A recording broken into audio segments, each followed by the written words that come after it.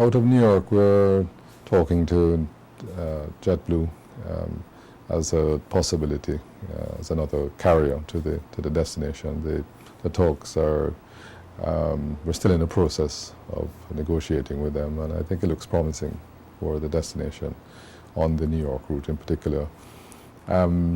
Boston, we may see some activity there where JetBlue is concerned, and they do have a large operation out of Fort Lauderdale, so you may see some service out of that gateway as well.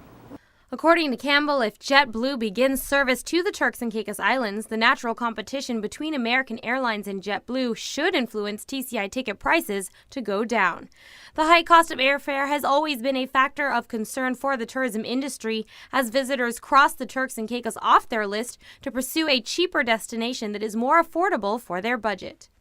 Well, airfares have always been relatively high to the destination, and with the increased competition, for example, out of Canada and WestJet, we've seen a reduction in airfares.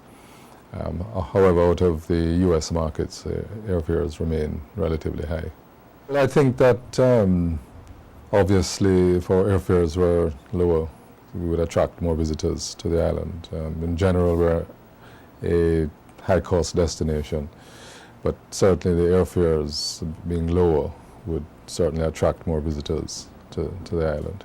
In an earlier press conference held in April of this year, the Tourism and Hotel Association spoke about these high airfares to the Turks and Caicos as a major problem.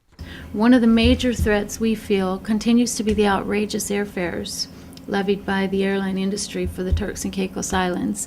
It places us at a serious disadvantage with other markets, and it's extremely difficult for us to remain competitive. If we are to do so, these fares must come down. At the time of that conference, the TCHTA informed News 4 that negotiations were underway with American Airlines to get cheaper rates for visitors to the TCI. However, up to date, Campbell told News 4 today those negotiations were not successful. American Airlines has traditionally have had high airfares to the destination. They did introduce for domestic travel from the Turks and Caicos Islands lower fares during the midweek. They called it a midweek fare, and I believe it was called a shopper's fare to Miami. But overall, the fares are still relatively high, and until we have competition on particularly the Miami route, the airfares will remain high.